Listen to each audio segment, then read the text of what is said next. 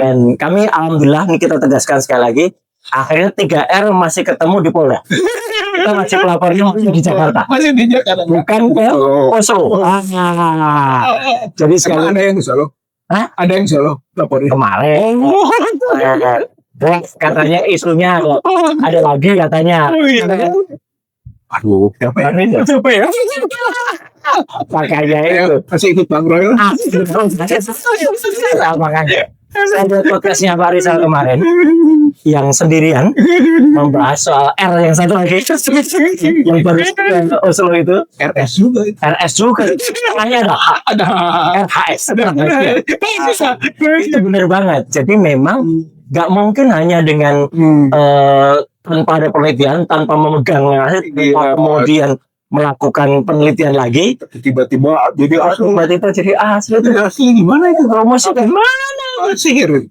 Sihir. Gitu. Ya, itu. Jadi sekali lagi menegaskan ya ini ya teman-teman melalui Bulan Kewan. Wow, itu Kewan ini Banggul. Bulan kawan katanya kawan. Madura kawan. Wan kawan tuh lagu kita waktu kecil anak kecil tuh. Apa tuh apa? Wan kawan semuanya. Oh itu. Aduh, Apa dari situ? dari mana ya? Idenya kan. Dan lihat prolog depannya kalau apa YouTube-nya ini. Iya. Ceng. Seneng banget ada yang gini lagi. Tapi sekali lagi ya, alhamdulillah masih di hari-hari yang fitri ini ya, tetap kita mengucapkan selamat hari raya Idul Fitri. Qabalallahu minna wa minkum. Moga-moga semua kesalahan dan maafkan kami ya kemarin sehingga kami bisa buat salah lagi. Itu saya ambil ucapan Idul Fitri dari Suprana. Gambarnya rekan satu, kemudian gambarnya maafkan saya ya Mas, supaya saya Itu rekor muri. Jadi sekaligus mengutus ya, kalau ada hoax yang katanya ada 50. Bang Roy luar biasa. Luar biasa ya. Kayaknya luar biasa. Kita masing-masing terima. Oh, dihitung kita kan termasuk rumah yang tertinggal. Bagaimana? Jadi 10M. Padahal 3M itu saya pernah terima. Oh iya, dari 3M tuh 550. Ini kelebihannya Bang Roy ini. Ya, Plesetan 3M dijadikan 550 kemudian dijadikan naik waktu dulu kan kayaknya ada saudara dulu awal waktu yang Pak Bang Egi ngomongkan di PUA tuh dari partai apa itu berapa itu biasa terus katanya sekarang diklarifikasi itu yang mungkin naik jadi 50. Nah itu ya, tapi sekali lagi kita himbau ya untuk Bekasi sangat hoax 3 kali ya hoax. Jadi hoax itu ada itu menyebutkan Mbak Eva itu jelas-jelas kan apa satu ya kanalnya meskipun kanalnya tapi saya curiga itu kanalnya apa dibikin itu kan sudah dibikin kan nah itu bikin channel di sono ini dibikin channel jadi dibikin memang tapi artificial tapi omong-omong dibikin channel kanalnya Mas Del kalah dibikin channel berarti itu binaan ya itu binaan karena sudah sejak 2019 kanal itu dibuat lama juga dibiarkan membuat hoax isinya hoax semua itu isinya udah nyebut nama-nama besar udah dilihat itu ya udah saya kontenan itu ada nyebut nama terakhir yang disebut namanya Pak Yusuf Kala ya sebelumnya ada AY ada Puan Maharani ada juga Habib Rizik ada juga siapa lagi ya nama-nama apa terus disebut itu ada menteri aktif. Oh iya, menteri aktif. Kalau ada menteri aktif, berarti ada menteri ada Puan aktif, ada gajah aktif, ada staff. Itu namanya main catur. Gitu ya. Terus Yang paling penting kalau teman-teman perhatikan itu ya Pak Desi, Iya, iya. itu kan hanya ngomong narasi aja itu. Nah. Wak, wak, wak, wak, wak, wak, wak, wak. Tanpa ada orang yang sebenarnya yang waktu itu ngomong. Itu memang statement yang dipotong ya, saya sudah lihat ya. Statementnya Rismon. Oh iya. Ya, iya, dia ngomong tahun 2026 itu akan kita mulakan sebagai hari. Itu statement lama. Itu statement pada bulan Desember tahun 2025 yang lalu. Ya, ketika saya Rismon waktu itu bersama satu lagi kalau nggak salah Pak Zul, ya. Ketika kita ngomong prediksi tahun, ya, bukan Dokter Zul. Yang dari mantan anggota Komisi Informasi Pusat ya Pak Zul. Iya. Nah itu ketika kita ngomong prediksi tahun 2026 ini. Jadi sekali lagi itu hoax ya, tidak ada terus dikatakan ada LBP. LBP masih main Marvel sih. Kok sekarang dijadi itu jadul. Kemudian ada Prof Mahfud. Ya Prof Mahfud juga disebut-sebut. Aduh. Pak Rizal, kalau pesannya Pak Rizal terhadap hoax kayak gitu apa? ya saya kira warga nggak usah percaya lah. Banyak gitu. Masa percaya yang gitu? Kan nggak bisa kita hanya mengatakan nggak usah percaya gitu. Iya, Jadi kita harus mengimbau lah. persis. Ya. Ya. Orang boleh mengadu lah tentang kredibilitas. Iya. Itu kan tentang kejujuran. Makanya. Gitu kan. Iya. Ungkapan-ungkapan itu. Makanya, dan itu yang ngomong kan, kemudian yang disebut-sebut ngomong, harus ngomong dong. Jangan mau Anda seperti yang saya barusan mainkan wayang itu dipakai mulutnya. Ya itu kan dicatut, ya kan dia dicatut seolah-olah dia dirugikan sebenarnya. Yang ini kan dia nggak ngomong gimana, ya kan? Itu kan kalau dia marca setuju. Dalam tuh biar mas loh. Kalau orang dalam melamar, diam tuh dia. Makanya setuju.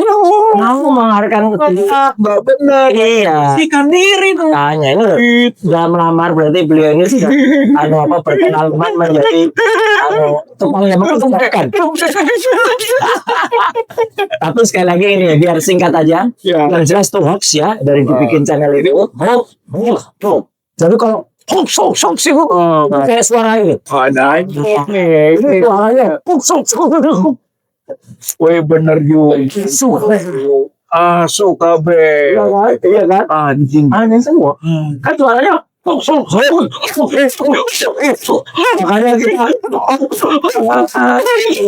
hanya kau selalu ya, bukan apa-apa. Soalnya apa yang hoax ini nggak benar suci. Ini tempat yang suci, tempat yang terhormat, tapi makanya hoax itu ya tidak usah dipercaya. Saya kira kalau saya konsisten dengan apa yang ditulis dalam buku yang saya buat, publik yakin ijazah Joko Widodo atau Jokowi palsu.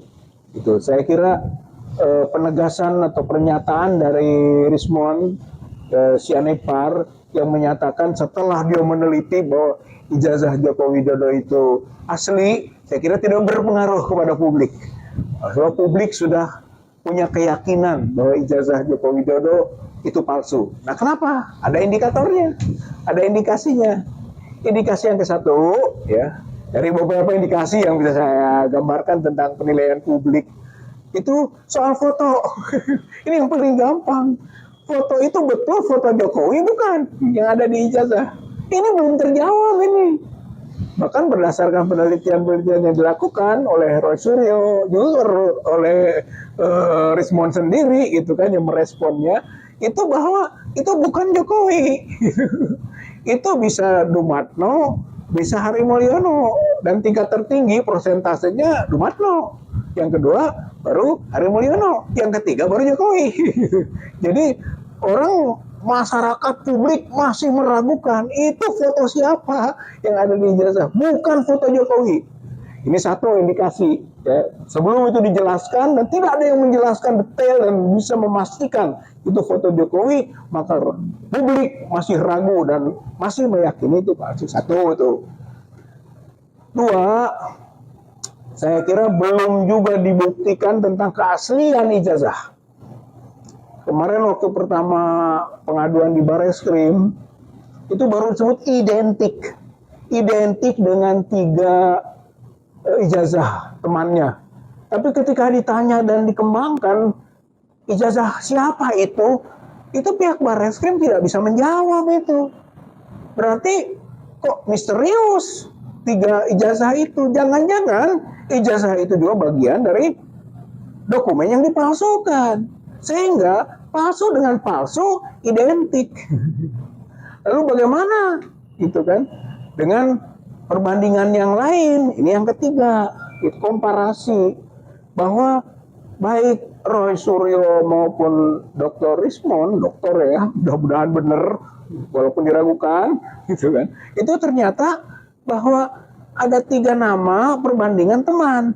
Ada Pronojiwo, ya, itu nomor 1115.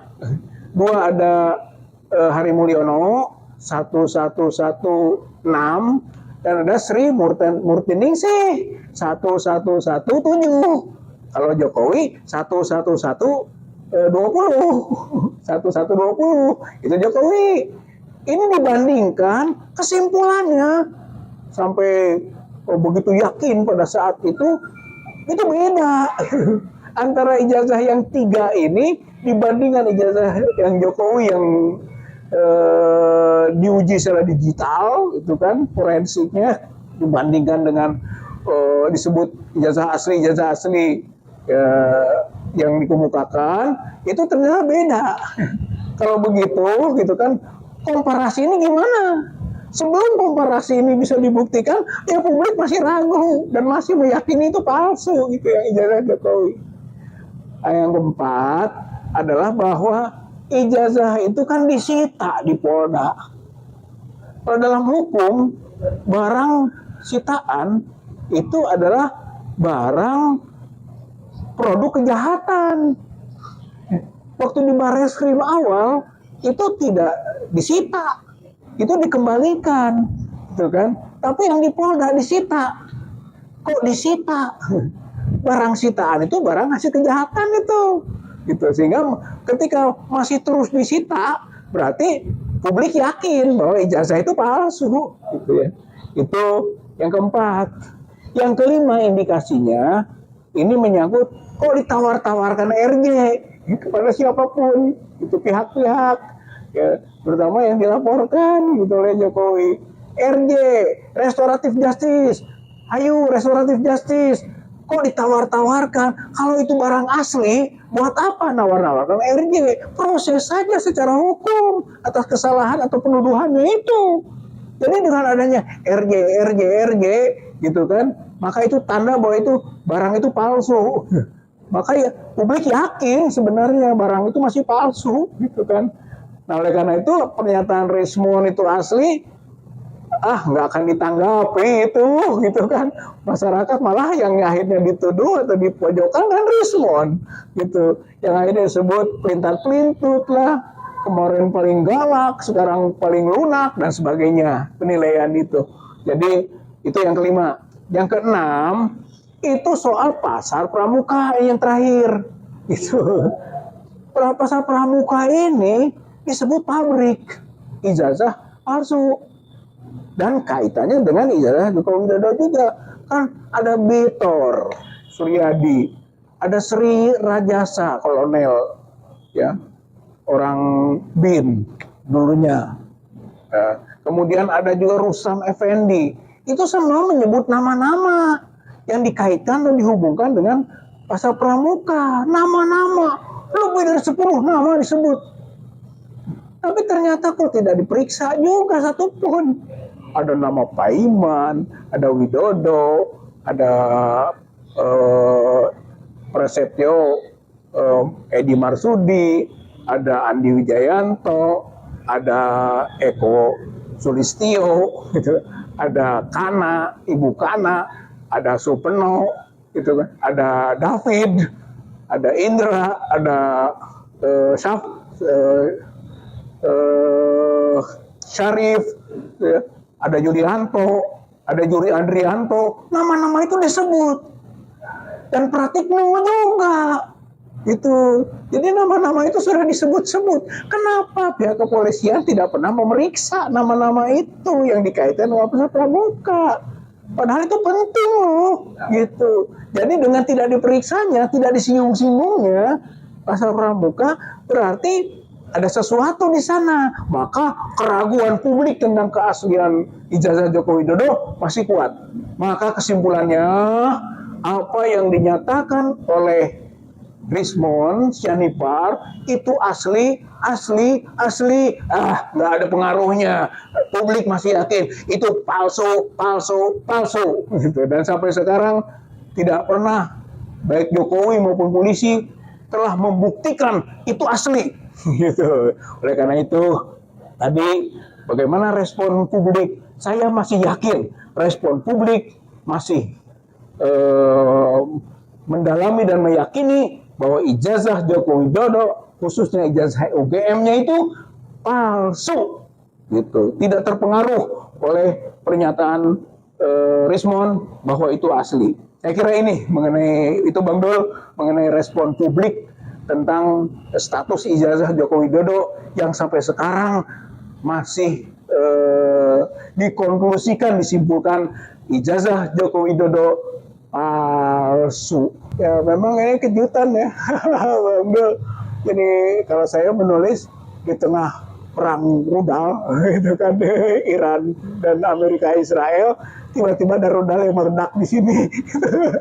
Dan itu mengenai teman kita itu kan Rismon Sianipar gitu ya, yang sangat gigih sejak awal untuk membuktikan ijazah Joko Widodo itu palsu. Bahkan sampai keluar statement 11.000 triliun %, saya yakin ijazah itu palsu. Wih, luar biasa itu. Dan itu cukup besar pengaruhnya terhadap teman-teman yang semakin banyak yang meyakini tentang kepalsuannya ijazah Joko Widodo. Tapi tiba-tiba gitu kan, ini muncul pernyataan atau realita yang terjadi gitu kan, yaitu bahwa ternyata Rismon ini berbalik, justru berdasarkan penelitiannya katanya ya, berdasarkan metode geometrik, translasi, kemudian juga rotasi pencahayaan, maka kesimpulannya ijazah Joko Widodo itu asli. Wah, langsung ramai itu. Yang kedua, bukan itu saja. Setelah pernyataan asli juga, dia gitu kan langsung menyatakan permohonan maaf kepada Joko Widodo, datang ke Solo. Kemudian gitu kan minta restoratif justice yang diharapkan sampai ke SP3 sebagaimana Egy Sujana dan Damai Hari Lubis gitu. Nanti jadi sehingga orang mengatakan wah ini korban ketiga gitu ya yang akan terjadi. Jadi begitu, dan ternyata bukan hanya datang ke Joko Widodo, tapi juga datang ke Istana Wapres. Mungkin ini berhubungan dengan bukunya, yaitu Gibran Endgame gitu, yang kemudian dia akan membuat antitesanya, akan membuat tulisannya yang menyatakan bahwa itu tidak benar tulisannya itu. Waduh, saya kira luar biasa itu. Padahal sama sekali publik sudah juga melihat membenarkan apa yang dianalisis oleh Rismon tentang Gibran. Bahwa Gibran tidak layak menjadi wapres dan tidak memenuhi syarat untuk itu karena tidak memenuhi syarat pendidikan, yaitu serendah-rendahnya SMA dan harus ada bukti ijazah SMA, dan itu tidak punya. Saya kira itu sangat mendasar sekali. Tapi sekarang ternyata Rismon Sianipar ini justru akan membalikan dan bahkan meminta maaf kepada Gibran gitu ya. Akhirnya orang sekarang menyimpulkan bukan Gibran Endgame tapi Rismon Endgame gitu ya. Saya kira itu pandangan publik yang wajar ya, karena sikap yang tadi itu sangat berubah drastis. Nah, dicari-cari apa penyebabnya, ya muncullah gitu kan berbagai fenomena, antara lain soal kemungkinan ijazah S3-nya, S2-nya yang dikeluarkan oleh Yamaguchi itu nggak benar gitu, bukan kata lain palsu. Atau ada juga isu lain soal surat kematian yang dibuat. Masa surat kematian tentang Rismon sudah mati untuk membebaskan atas tagihan gitu beasiswa ketika dia sekolah di Jepang gitu. Saya kira itu menarik itu, dan kalau memang itu menjadi faktor, ya akhirnya mungkin tertekan karena itu sudah dilaporkan oleh Andi Aswan teman-temannya lainnya gitu kan, yang mendukung Pak Jokowi, itu kan sudah diadukan ke polisi. Apakah karena itu gitu kan, tertekan karena itu atau faktor lain, kita tidak tahu. Tapi yang jelas dengan peristiwa ini Rismond end game. Rismond akan selesai permainannya. Saya kira Rismond bunuh diri. Ini karena ini Jepang, mungkin ada samurai yang diberikan kepada Rismond, kemudian disuruhnya tusukan kepada perutnya sebagai harakiri. Nah, ini fenomena harakirinya seorang peneliti cendekiawan yang awalnya dinilai jujur, tapi ternyata sebaliknya. Saya kira itu menarik sekali, gitu kan, untuk kita dalami berikutnya. Apalagi nih yang akan dilakukan. Karena ada tanda-tanda juga ini bahwa dia justru sekarang menyerang teman-temannya, gitu. Bahkan akan mempengaruhi. Semua ada ini pernyataan poin ke-6-nya mengimbau kepada pihak-pihak yang mempermasalahkan Jalan Jokowi itu supaya mengikuti langkahnya, gitu. Sampai ke situ tuh, berarti sudah seperti meyakini betul akan kesalahannya, kemudian mengajak lagi orang lain untuk mengikuti langkahnya. Wah, saya kira ini sangat berbahaya gitu kan bagi dirinya dan bagi pemahaman publik juga mengenai status ijazah Joko Widodo. Sampai sekarang publik merasa yakin ijazah Joko Widodo palsu. Gitu. Oleh karena itu nggak gampang diubah dengan pandangan seorang Rismond Sianipar. Saya yakin tidak mudah walaupun dia peneliti, tapi sekarang kredibilitas sebagai peneliti sudah rontok. Gitu. Saya kira ini kasus Rismond Sianipar, atau yang kemudian saya buat tulis Rismond Parcel Sianipar. Karena pulang dari permohonan maafnya ke Gibran dia diberi parcel. Dan begitu parcel didapat di luar disimpan, kemudian dia celingukan gimana bawanya, gitu kan. Pintunya ditutup langsung oleh Gibran. Lalu dia panggil pengacara, itu kan, yaitu Jahmada Girsang, berdua itu menenteng parcel sampai ke mobil. Maka disorot oleh media dan itu sangat memilukan. Kita sebagai orang teman yang sudah lama bergaul merasa risih juga dan merasa prihatin, sedih. Itu kan seorang Rismond yang gagah berani, harimau Sumatera, ternyata begitu berubah menjadi seseorang yang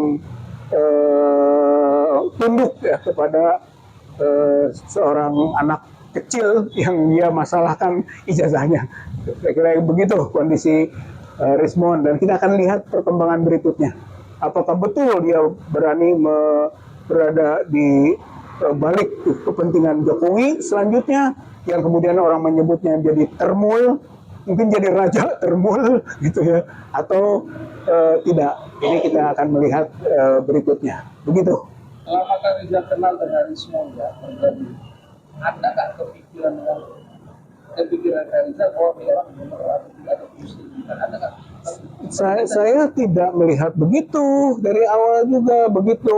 Kan mau pertama tahu Rismond itu waktu mau ke Jogja, ke Jogja dan ke Solo gitu kan, ke rumah Jokowi dan ke UGM.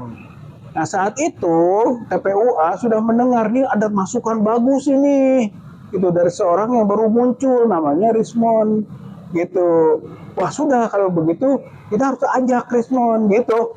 Dan sampai saat ini terus sampai kita diskusi bareng gitu kan soal buku dan sebagainya. Ternyata tidak ada hal yang mencurigakan menurut saya. Kalau saya mah sampai terakhir sebelum menyatakan bahwa itu asli, itu berani dengan keyakinan begitu, kita belum punya prasangka buruk terhadap yang bersangkutan. Dan memang kita nggak boleh sih berprasangka buruk gitu kan, itu apalagi kita dalam kapasitas sesama gitu ya, atau dalam pengertian nggak bolehlah seorang teman seperjuangan saling berprasangka buruk, gitu nggak bagus, sampai dibuktikan sebaliknya, dan dibuktikan sebaliknya sekarang. Gitu Bang Dul. Informasi ya, yang pasti juga bahwa istrinya memasukkan surat kematian, surat kematian itu dari ranah hukum kena nggak gitu? Oh ya sangat kena dong. Itu termasuk pemalsuan. Pemalsuan itu bisa pemalsu, bisa yang membantu memalsukan, bisa ikut serta dalam memalsukan, dan bisa yang menyuruh. Ya. Bisa yang menyuruh. Jadi semua itu namanya pleasure atau dader. Itu bisa itu. Apakah responnya sendiri yang menyuruhnya kepada istrinya, gitu kan? Atau istrinya punya inisiatif sendiri yang disetujui oleh Rismon, gitu kan? Atau pihak-pihak lain yang terlibat di dalamnya. Saya kira semuanya bisa menjadi dader atau pelaku dari yang disebut dengan tindak pidana itu. Itu pidana itu pemalsuan dan menggunakan, apalagi sudah digunakan. Misalnya sudah dipalsukan kemudian digunakan, maka penggunaan dokumen palsu itu pidana, itu jelas menurut baik KUHP maupun Undang-Undang Sisdiknas kalau ini menyangkut misalnya pendidikan. Gitu. Artinya kasus Risma itu nggak akan selesai segitu. Sebenarnya sangat serius. Ini sudah menyangkut aspek hukum, kan biasa katakan maaf-maafan itu moral, gitu kan, etika. Tapi hukum tetap jalan, gitu. Nah ini tergantung pada pihaknya, karena misalnya delik aduan terlaku pengadunya, katakanlah Jokowi pernah melaporkan, jadi itu namanya delik aduan absolut kan gitu, maka yang bisa mencabut yang bersangkutan gitu. Selama tidak mencabut ya pasti jalan terus gitu, karena delik aduan itu selama tidak dicabut jalan. Nah jadi sebetulnya belum selesai, makanya berharap mungkin ya Pak Rismon ini berharap dengan dimaafkan restoratif justice, maka semua termasuk laporannya Andi Azwan CS soal ijazah palsu, gitu kan, S2 palsu, S3 palsu, atau surat kematian yang juga diadukan, mungkin selesai gitu, dianggapnya dicabut juga atau selesailah masalahnya gitu, yang melaporkannya mencabut laporan. Bisa begitu mungkin harapannya, tapi kalau secara hukumnya itu nggak seperti itu mudahnya gitu.